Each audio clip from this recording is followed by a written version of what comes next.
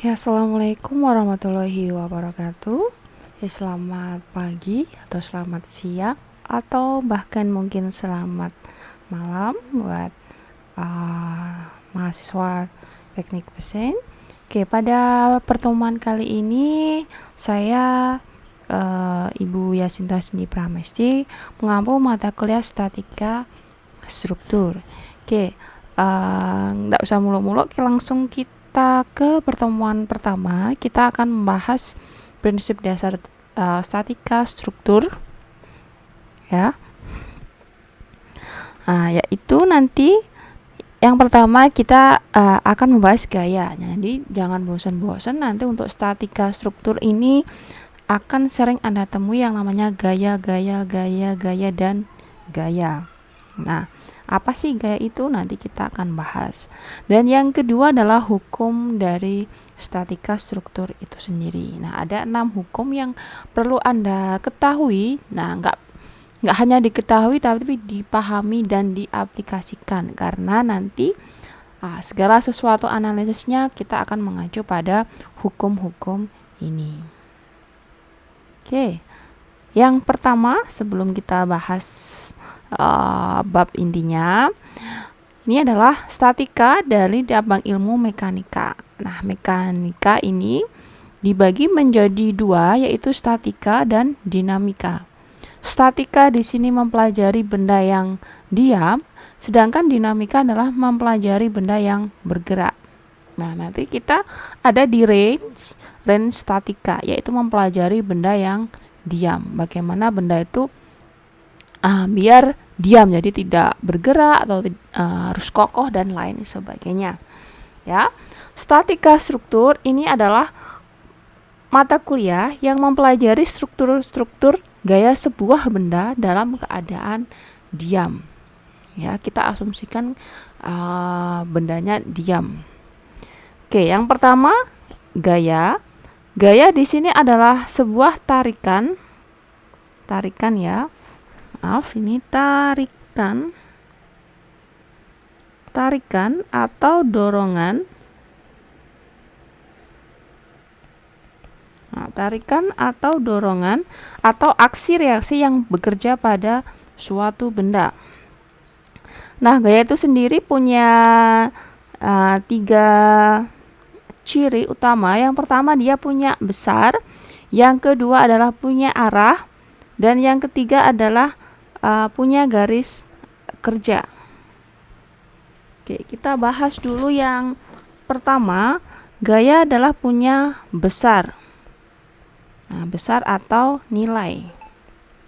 Nah, gaya di sini disimbolkan oleh F yang memiliki satuan Newton.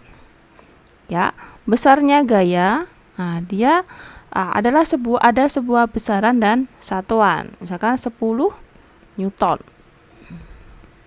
Nah, misalkan ini F2 misalkan 20 Newton. Nah, dia punya nilai tertentu. F3 misalkan 30 Newton dan lain sebagainya. Yang kedua, gaya punya arah. Nah, gaya disimbolkan oleh sebuah panah, ya, sebuah ini. Nah, dia punya pangkal, ini namanya adalah ini menunjukkan arah. Nah, ini berarti arahnya ke kanan. Berarti ini arahnya ke atas.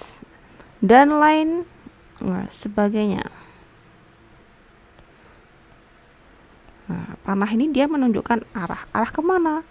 Nah, bisa juga miring dan lain sebagainya. Nah, yang dimaksud arah seperti ini.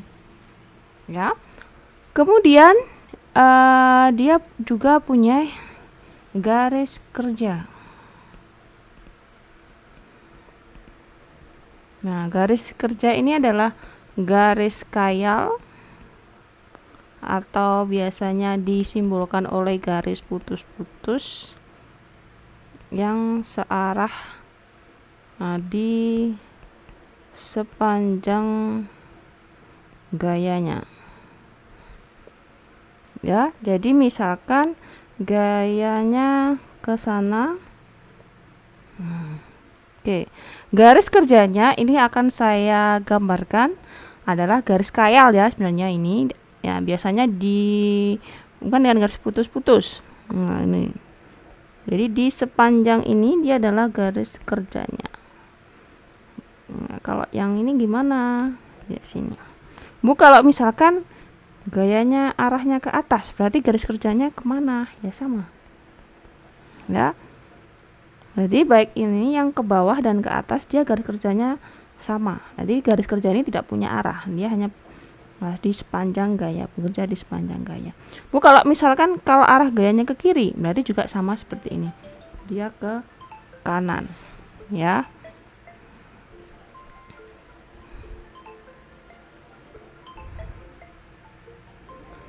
Kemudian jenis-jenis gaya ini adalah ada gaya koliner, yaitu gaya yang memiliki satu garis kerja.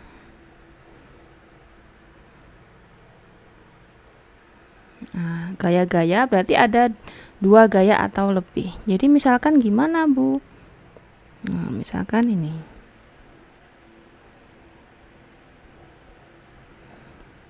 Misalnya di sini ada 3 gaya, F1, F2, F3. Nah, ini kan satu garis gaya. Ini adalah gaya koliner. Kalau contohnya yang tidak koliner bagaimana, Ibu? Nah, misalkan seperti ini. Di sini F1, di sini F2. Kalau kita tarik garis gayanya, di sini ada 2 ya. Nah, berarti yang ini adalah tidak koliner. Nah, seperti itu. Yang kedua adalah gaya kongruen. Adalah gaya-gaya yang garis kerjanya berpotongan pada satu titik. Ya. Jadi misalkan saya menggambarkan gaya seperti ini.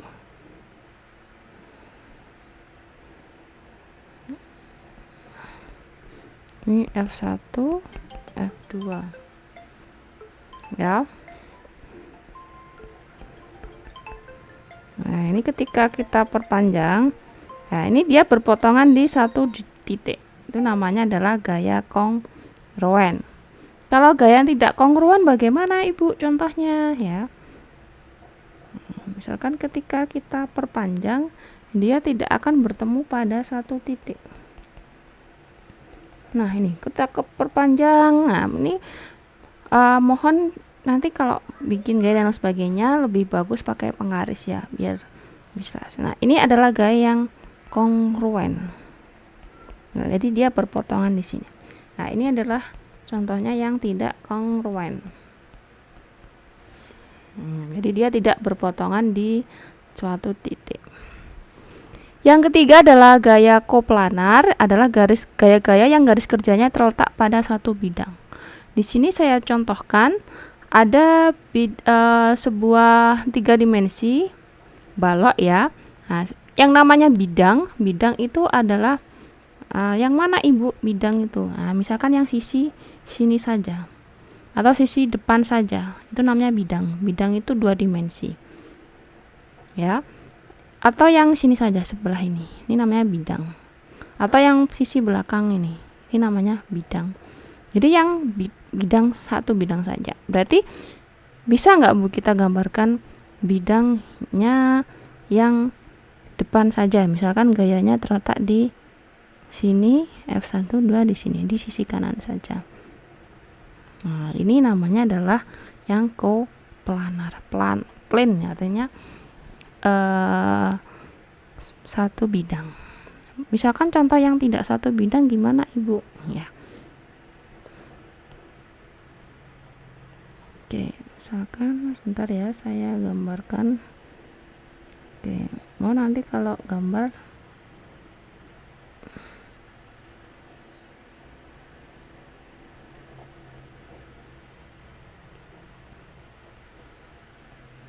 ini saya kalau tidak satu bidang gimana, Ibu, contohnya? Misalkan seperti ini, satunya di atas ya, ini F1, satunya di sini, ini F2. Nah, ini adalah contoh yang tidak koplanar. Yang keempat adalah gaya couple. Ini adalah pasangan gaya sejajar yang memiliki besar sama tetapi arahnya berlawanan. Ini ada kata-kata sejajar dan arahnya berlawanan, besarnya sama. Ya, sejajar berarti sejajar tidak terjadi perpotongan. Jadi dua garis yang tidak terjadi perpotongan. Jadi ketika kita panjangkan tidak akan terjadi perpotongan. Contohnya gimana, Bu? Garis ini, garis ini. Jadi ketika panjang dia tidak akan berpotong. Garis ini dengan garis ini. F3, F4. Tapi dia besarnya sama. Misalkan kalau F1 10 Newton, maka F2 juga harus 10 Newton. Kalau F3 50 Newton, maka F4 juga harus 50 Newton. Tetapi arahnya harus berlawanan. Jadi satunya ke atas, satunya harus ke bawah. Kalau satunya ke kanan, satunya harus ke kiri. Berarti kalau ini misalkan saya punya ini, maka gaya couple-nya bisa saya gambarkan. Nah, misalkan satunya arahnya ke atas, berarti satunya harus ke bawah. Nah, maka di sini 50 Newton, di sini juga harus 50 Newton. Kalau tidak satu saja yang tidak dipenuhi, misalkan ada yang tidak sejajar atau besarnya tidak sama tetapi arahnya juga tidak berlawanan, maka dia namanya bukan gaya couple. Gitu ya.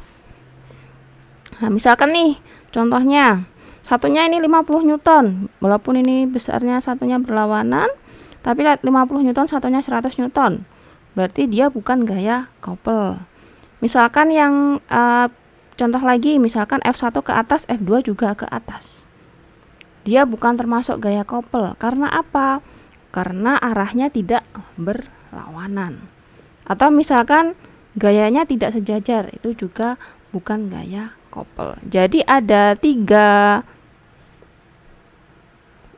syarat ya, semuanya harus terpenuhi, yaitu sejajar, besar sama, dan yang ketiga arah berlawanan. Nah, ini syaratnya ya. Oke, kita beranjak ke hukum utama statika struktur, ada 6. Yang pertama adalah hukum paralelogram atau jajaran genjang. Di sini berbunyi, apabila dua buah gaya bekerja pada sebuah titik, maka dapat digantikan dengan sebuah gaya yang menggambarkan diagonal kedua sisi tersebut. Nah, jadi sini ada dua buah gaya. Jadi kita gambarkan bekerja pada satu titik. Nah, misalkan di sini ada titik ya. Di sini ada gaya. Gaya 1 dan di sini ada gaya 2. Nah, menggambarkan diagonalnya. Jadi kita gambarkan dulu nih diagonalnya. Misalkan ke sana. Nah, ini kita hubungkan dari di titik ini ke ujung sini. Nah, seperti ini. Ini adalah F1, gaya 1, ini yang kedua. Ini adalah gaya pengganti. Ini R, gaya pengganti, atau biasanya disebut dengan resultan gaya. Nah, itu. Yang kedua adalah hukum transmisibilitas gaya. Keseimbangan sebuah benda tidak akan berubah apabila menggunakan gaya pengganti yang memiliki besar arah dan garis kerja yang sama. Maksudnya gimana? Misalkan di sini ada sebuah bidang, ya, ini bidang ya. Nah, jika kita misalkan nih ada sebuah gaya F. Misalkan gaya F1 misalkan. Nah, ini kita ganti dengan F penggantinya. Caranya gimana? Kita harus menggambarkan dulu garis kerjanya. Ingat garis kerja tadi kita pakai gambar, lebih baik pakai penggaris ya. Saya menyarankan. Nanti ketika ada tugas mohon pakai penggaris. Nah, kita gambarkan dulu garis gaya kerjanya. Ya. Nah, gaya penggantinya di mana? Nah, dia harus di bidangnya, harus ada di bidangnya. Misalkan ke sana. Ini adalah F aksen. F aksen adalah F pengganti. Dia harus ada yang ada di bidangnya. Ya. Besarnya sama, kemudian arahnya sama, dan garis kerjanya juga sama. Bu, misalkan satu arahnya saya ganti ke sana. Misalkan arahnya ini ke sini nih, nggak boleh. Karena apa? Karena arahnya berlawanan.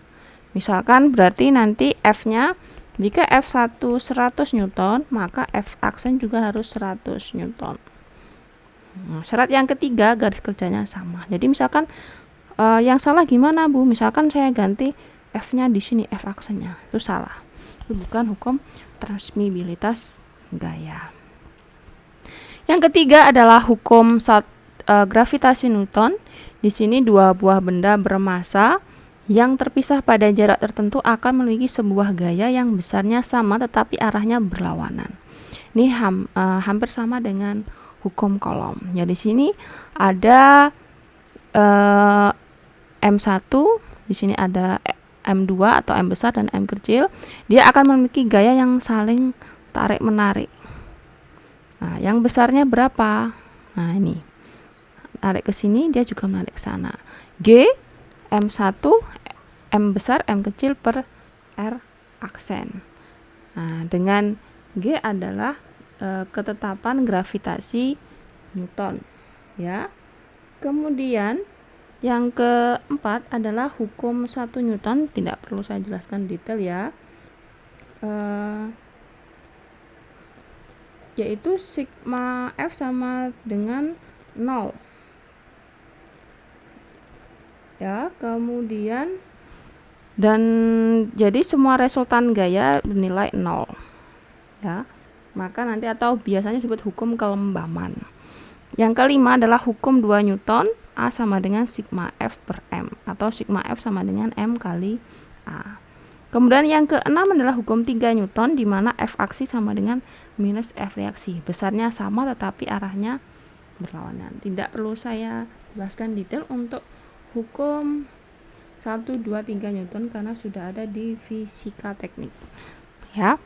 Oke, untuk ini besarnya gravitasi Newton, tadi lupa saya tulis 6,67 kali 10 pangkat minus 11 Newton meter kuadrat per kilogram kuadrat. Ini adalah besaran dari gravitasi Newton.